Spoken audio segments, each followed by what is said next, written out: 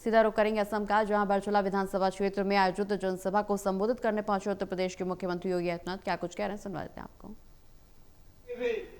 भारत के गौरव और सम्मान की रक्षा इस पावन धरा के वीर योद्धाओं ने किया है। इस पावन धरा को कोटि कोटि नमन करते हुए मुझे आज गौरव की अनुभूति हो रही है।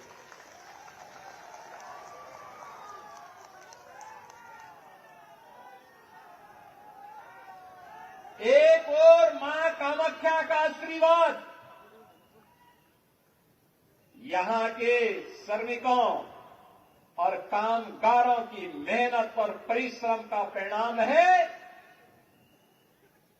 कि यहां की चाय दुनिया के बाजारों में, दुनिया के घरों में लोगों को एक नई स्फूर्ति प्रदान करती है। तो दूसरी ओर संगीत और संस्कृति का अद्भुत संगम कैसे होना चाहिए, इसी पावन धरा के महासपूत भारत रत्न भूपेन हजारिका इसी पावन धरा ने देश को दिया था। याद करिए, ये वही धरा है बहनों और भाइयों, जिस धरा ने देश को विपरीत परिस्थितियों में एक नई पहचान देने का काम किया। और वह पहचान है जिस पहचान के बल पर आज पूरा भारत गौरव की अनुभूति करता है।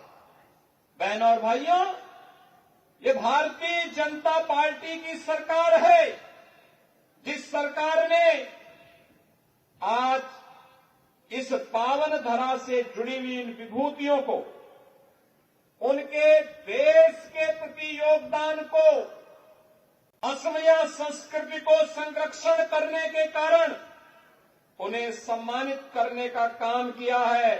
और उस परंपरा में याद करिए, आज के भारत के यशस्वी प्रधानमंत्री श्री नरेंद्र मोदी जी ने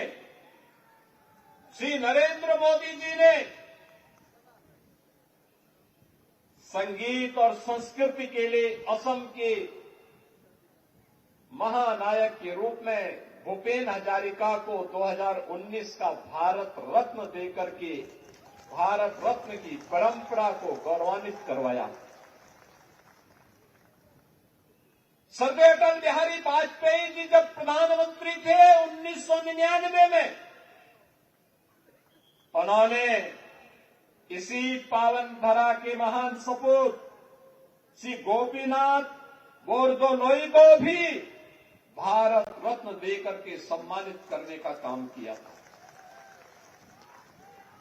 वैष्णव परंपरा में श्रीमंत शंकर देव की परंपरा हो या माधव देव की परंपरा, ये असम ने ही उसे देश और दुनिया तक पहुंचाने में अपना योगदान किया।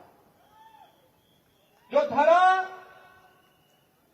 संगीत और संस्कृति की, अन्नदाता किसानों के संरक्षण की भूमि रही हो, जिसने विदेशी आक्रांताओं को धूल दूषित किया हो, उस पावन धरा के सामने कांग्रेस ने यूडीएफ के साथ मिलकर के पहचान का संकट खड़ा किया। ये पहचान का संकट किसी एक क्षेत्र में नहीं था, असमिया जाति के सामने, यहां की माटी के सामने, यहां की बेटी के सामने ये पहचान का संकट किसी ने खड़ा किया था। ये कांग्रेस और यूडीएफ का अघोषित समझौते के कारण हुआ था। तुष्टीकरण की नीति पर चल करके इन्होंने असमिया पहचान को पूरी तरह समाप्त करने का कुत्सित प्रयास किया।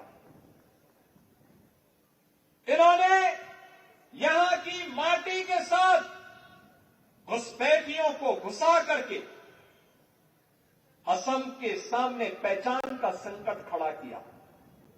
शासन की, असम के नागरिकों की, असम की बहनों की, असम के नौजवानों के हक पर घुसपैठियों के माध्यम से डकैती डलवाने का काम किया।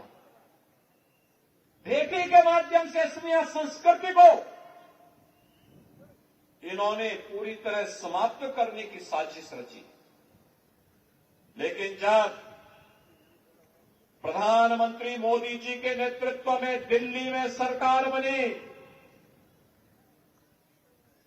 असम के अंदर डबल इंजन की सरकार आई, पहले श्री सर्बानंद सोनोवाल जी के नेतृत्व में और फिर आज के लोकप्रिय मुख्यमंत्री श्री हेमंत बिस्व शर्मा जी के नेतृत्व में जब यहां पर फिर से सरकार बनी, तो बहनों और भाइयों, अब असम चाय की स्फूर्ति के साथ साथ चिप उत्पादन करने का भी एक नया केंद्र बन गया है। अब डबल इंजन की ये सरकार असम के पहचान को तो संरक्षित कर ही रही है। असमिया संगीत, असमिया संस्कृति, असमिया से जुड़े हुए महापुरुष, उनके नायक, महानायक, योद्धा, इन सबको तो सम्मान मिल ही रहा है।